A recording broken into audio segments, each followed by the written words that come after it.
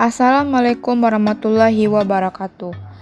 Baiklah, pada ujian akhir semester meteorologi penelitian, pada video kali ini saya akan membahas tentang referensi.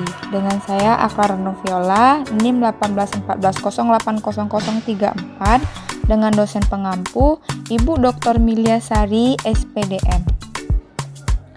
Berikut ada dua subpoin yang akan kita bahas pada pembahasan referensi. Yang pertama yaitu aturan penulisan referensi dari berbagai sumber. Yang pertama yaitu sumber buku. Untuk urutan penyebutan unsur-unsur pustaka untuk buku ialah nama penulisan, tahun terbit, judul pustaka beserta keterangannya, tempat terbit atau kota terbit, lalu nama penerbit. Jika tidak terdapat nama penulis dalam buku tersebut, urutan penyebutannya adalah nama lembaga yang bertanggung jawab, tahun terbit, judul pustaka beserta keterangannya, tempat terbit, dan nama penerbit. Yang kedua yaitu pustaka acuan berupa ontologi.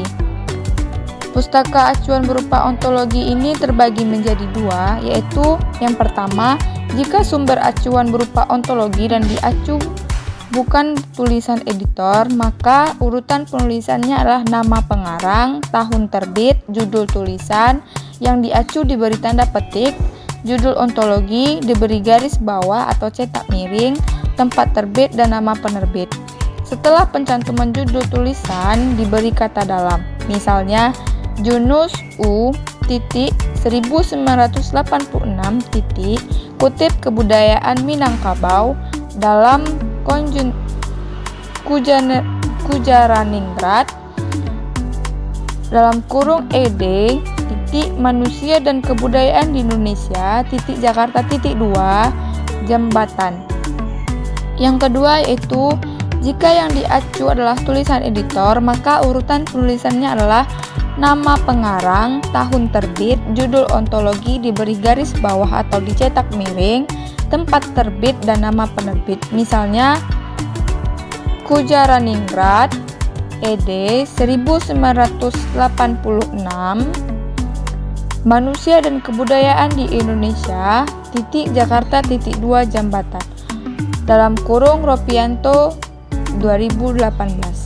Yang ketiga yaitu pustaka acuan berupa majalah atau jurnal. Sumber acuannya diambil dari majalah dan jurnal. Urutan penulisannya dalam daftar pustaka adalah nama pengarang, tahun terbit, judul artikel diberi tanda petik, nama majalah dicetak miring atau diberi garis bawah, dan keterangannya serta didahului kata dalam, bulan terbit, tahun penerbitnya yang keberapa, tempat terbit, dan nomor halaman.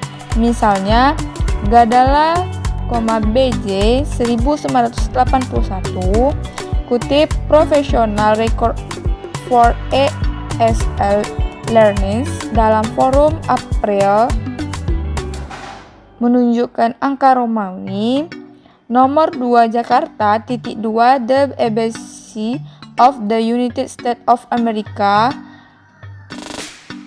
menunjukkan halaman 34 sampai 48. Yang keempat yaitu pustaka acuan berupa media massa atau majalah atau surat kabar.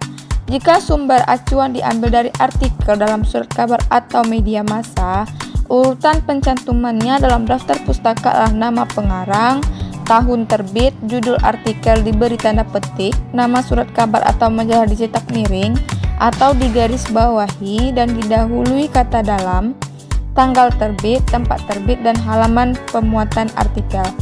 Misalnya Simanung Khalid, T menunjukkan nama penulis pada tahun 1987 kutip Demokrasi Kita Masih Belajar di tingkat 2 dalam prioritas 4 Mei Jakarta 2 halaman 4 sampai 5. Yang kelima yaitu pustaka acuan berupa terjemahan. Bila sumber acuan merupakan karya terjemahan, penulisannya sebagai berikut.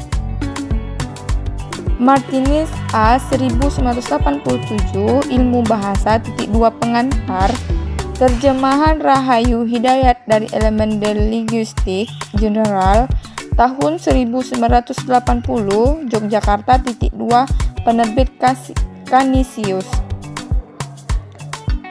Poin yang kedua yaitu aplikasi yang digunakan untuk menyusun referensi.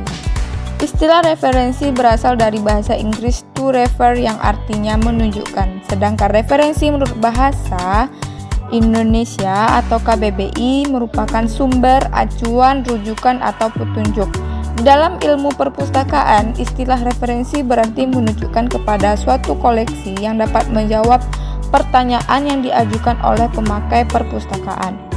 Berikut adalah implikasi yang digunakan dalam menyusun referensi pada sebuah penelitian atau karya ilmiah lainnya. Di antaranya, 1. Software management, artinya memiliki beberapa fungsi. Pertama, untuk mencari, menyimpan, mencari di komputer, dan membacanya. Fungsi ini mirip seperti katalog perpustakaan. Ketika koleksi buku terdaftar pada katalog, maka jumlah yang banyak dan letak koleksi yang tersebar tidak akan menjadi masalah ketika dilakukan proses pencarian. Fungsi berikutnya, software ini digunakan untuk membantu membuat kutipan dan daftar pustaka. Software ini akan membantu mendapatkan sumber kutipan dan menempatkannya dalam daftar pustaka.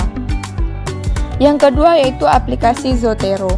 Zotero dapat dipasang pada sistem operasi Windows, Linux, atau Mac. Zotero dapat diunduh secara bebas. Ada beberapa hal yang akan dibahas mengenai Zotero. Yang pertama, setting file dan folder. Penentuan folder ini digunakan untuk menyimpan file yang dikelola dengan Zotero yang dimasukkan ke Zotero dengan mode Store Copy of File. Yang kedua, memasukkan dokumen. Setelah itu harus memasukkan dokumen referensi ke Zotero agar nanti lebih mudah dicari. Ada dua jenis, yang pertama file digital, yang kedua file tercetak.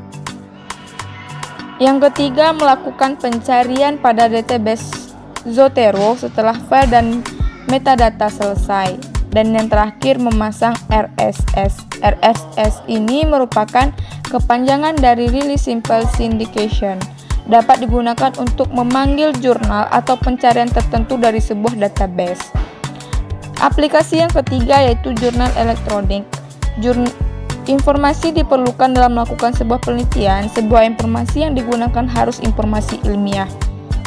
Ketersediaan informasi ilmiah memiliki hubungan erat dengan sumber informasi, sistem komunikasi ilmiah, dan cara memperoleh informasi tersebut. Aplikasi yang keempat yaitu adalah aplikasi Mendeley.